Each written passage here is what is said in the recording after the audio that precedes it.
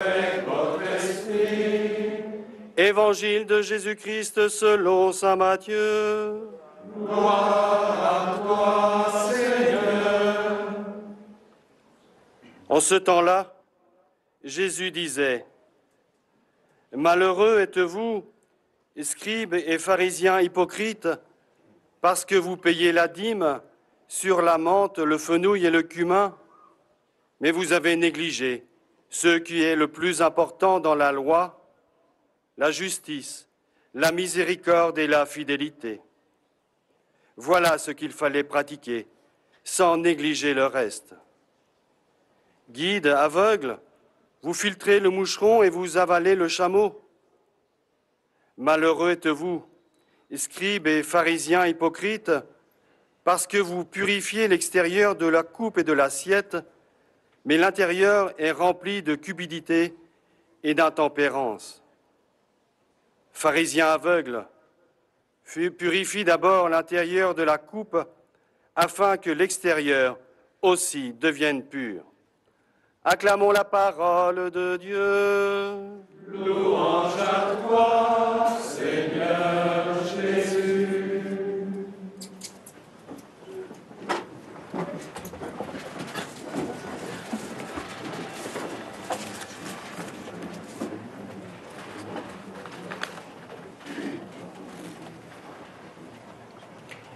Malheureux êtes-vous, scribes et pharisiens hypocrites. Ce n'est pas une malédiction que Jésus prononce, c'est une lamentation. Jésus crie sa profonde tristesse devant l'hypocrisie religieuse des responsables spirituels d'Israël. Il dit sa tristesse et sa peine, et elle prend la forme d'un avertissement. Alors nous, comment ne pas nous sentir aussi concernés par cette tristesse de Jésus? Est-ce que nous ne passons pas trop souvent à côté de l'essentiel pour nous centrer sur l'accessoire? Est-ce que nous ne donnons pas parfois la priorité à notre vision des choses, nos petites pratiques, nos réflexes de respectabilité, nos scrupules de conscience, plutôt que d'aller directement accomplir le double commandement de l'amour de Dieu et du prochain. Alors que nos frères attendent notre service, que nous pourrions nous diriger vers ceux qui sont dans le malheur, ou qui ont besoin d'être aidés dans leurs péchés, eh bien, nous restons sur la marge. Alors, cela serait-il un aveu d'impuissance de Jésus? Dieu serait-il impuissant devant l'hypocrisie, devant ce péché sournois qui se drape d'honorabilité? Il me semble qu'ici, à Lourdes, nous pouvons comprendre. Oui, parce que Marie partage pleinement la tristesse de son fils devant le péché. Bernadette l'a fortement ressenti, spécialement entre la 8e et la 12e apparition.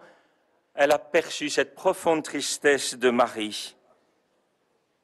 Et Marie a voulu nous enseigner, à travers Bernadette, nous enseigner un chemin de réponse devant la tristesse du péché.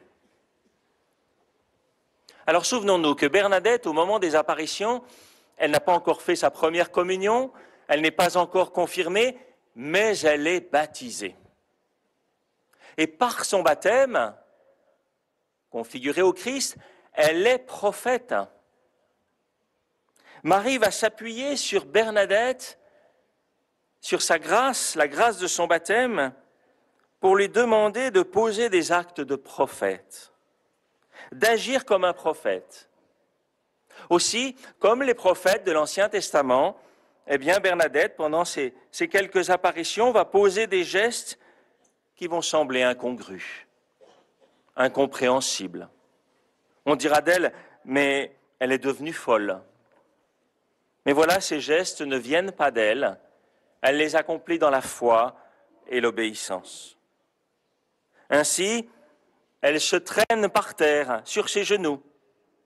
Elle va embrasser la terre sale au fond de la grotte. Elle va manger cette herbe amère, la dorine. Elle va même se barbouiller de boue.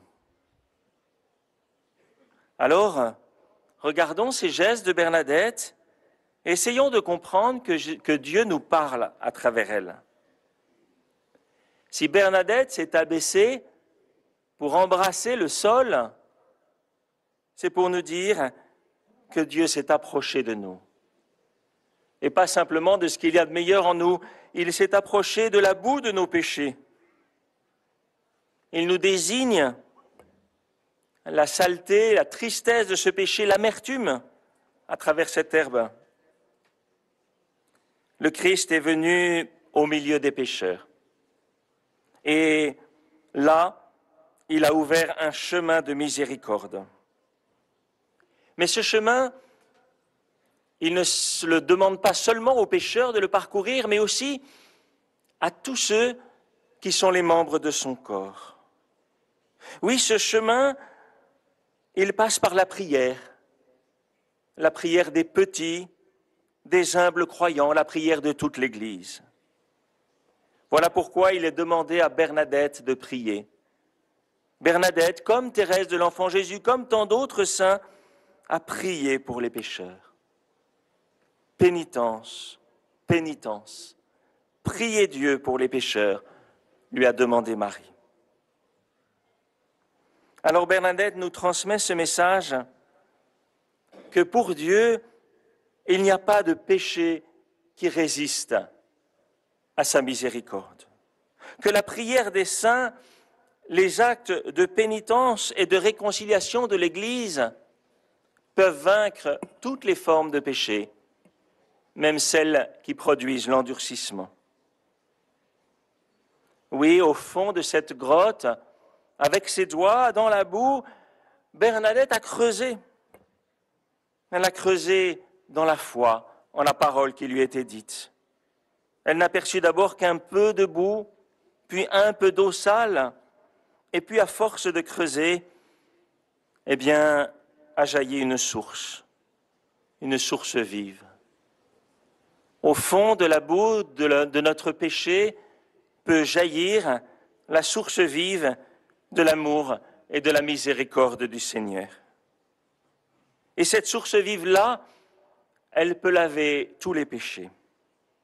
Alors acceptons-nous d'être comme Bernadette, de nous approcher de la boue, de la saleté de nos péchés, pas pour nous complaire en eux, bien sûr, mais pour que s'ouvrent nos yeux et pour que nous soyons prêts à entrer dans une démarche de pénitence.